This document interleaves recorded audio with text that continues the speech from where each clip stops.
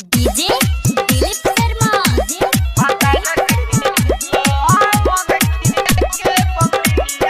Gopalganj Gopalganj.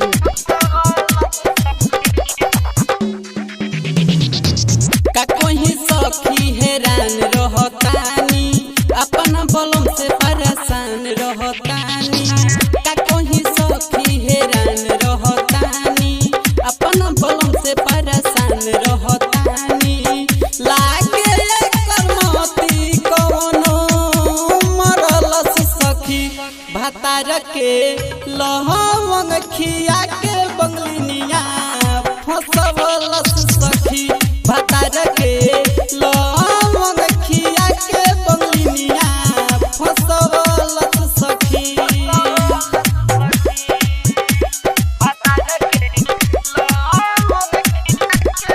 DJ Dilip Sharma मस्ती recording studio Tampur road Kushinagar मौला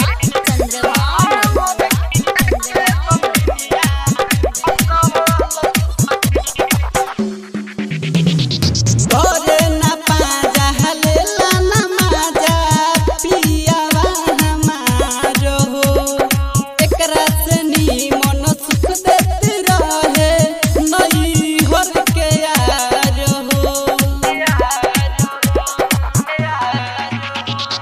घरे ना पाजा हलेला ना माजा पियावा हमारो एकरा से नीमन सुख देते रहे नई घर के यार हो।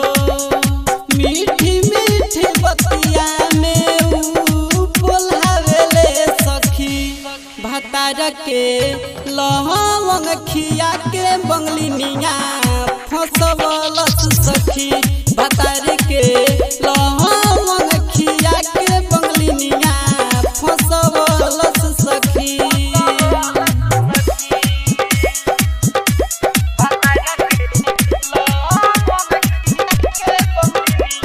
डीजे दिलीप शर्मा मस्ती recording studio Tampur road Kushinagar Gopalganj Gopalganj.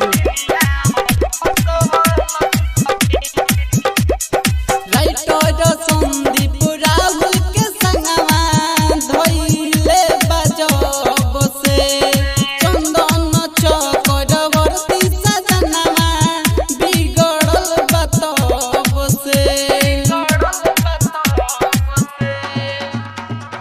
Writer Sandeep Rahul के संगवा धइले बजब से चंदन चक्रवर्ती सजनवा बिगड़ल बतब से।